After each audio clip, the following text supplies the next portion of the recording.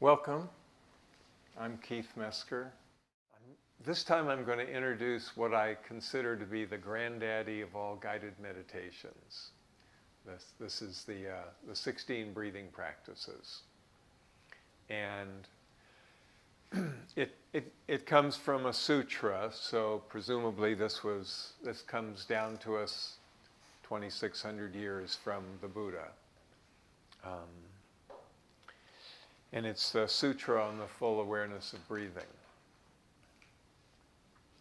So, a couple of things to know, sort of a definition of some of the terms in the sutra. It talks about joy and happiness, and in Buddhism, the difference between joy and happiness. Thai talks about it this way. He says, if you're out in the desert and you're lost and you've run out of water and this is starting to look like the end is very likely at this point, and you trudge up over a sand dune and there's an oasis there. There's families, there's children playing, and you realize, oh my God, I'm not going to die. There's joy.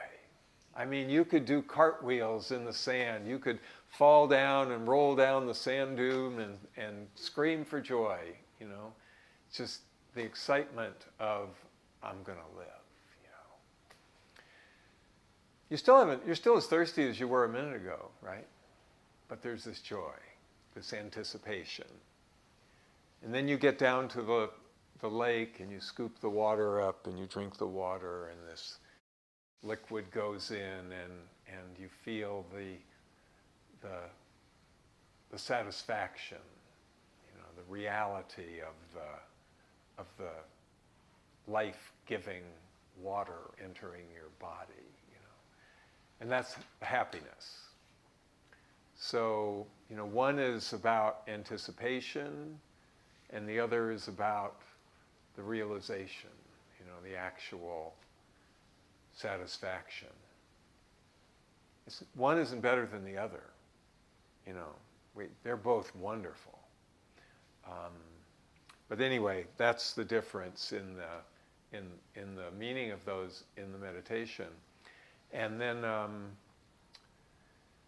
the word mind is used. And the word mind means a lot of different things in different contexts. And in this context, it's talking about a big awareness. He talks about the landscape. The phrase in the meditation is to gladden our mind. He says that's like beautifying the landscape. So it's talking about taking in the whole. And then one other word used is nirvana. And Thich Nhat Hanh defines nirvana as the world without concepts, or our experience without concepts. And I think, to be a little more exact maybe, it means our experience unfettered by concepts. Maybe we could have concepts, but we could not be caught by them. So that we knew we didn't confuse the map with the territory. So anyway, that's nirvana. It's this reality, the world, without limitation by concepts. So with that, in general, the recommendation for meditation, if you're sitting in a chair, is to sit on the front third of your chair and put both of your feet flat on the floor so that your spine is actually upright and one vertebra stacks on top of the other. And so it's actually a surprisingly comfortable way to sit, even though that's not what we normally do.